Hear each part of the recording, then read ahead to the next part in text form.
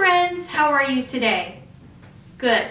So, we're going to learn a little bit more about the orchestra. Remember, there are 4 sections. The string section, the woodwind section, the brass section, and the percussion section. There are 4. We're going to learn about that third one today, the brass section, brass. So here is our book, Parts of the Orchestra, or the story of the orchestra, I should say, to talk about the brass section. Now, here's our picture of the orchestra.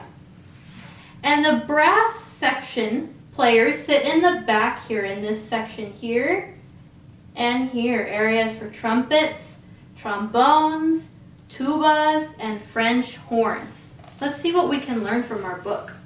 As you might guess, the instruments in the brass section are usually made of metal, called brass. They are played from the air, from the player, and so they too are kind of wind instruments, but because they're made of metal, they're not woodwind instruments. They're brass instruments. So when you're thinking, well, it blows, you blow into it, but is it made of metal? If it is, then it's a brass instrument. So, let's see. Brass instruments are really just long metal tubes that flare or open up at one end. They are actually quite long, so the tubes are bent and folded into more small shapes that are easier to hold. This portability, which means it's easy to hold, combined with their loudness and the fact that their tone or sound goes a long way, is the reason why brass instruments are often used in marching bands. So, in our orchestra, remember, they sit in this back section here. Why do you think they sit in the back? Well, they're pretty loud, right? They're actually super loud. Some of the loudest instruments in the orchestra are brass instruments.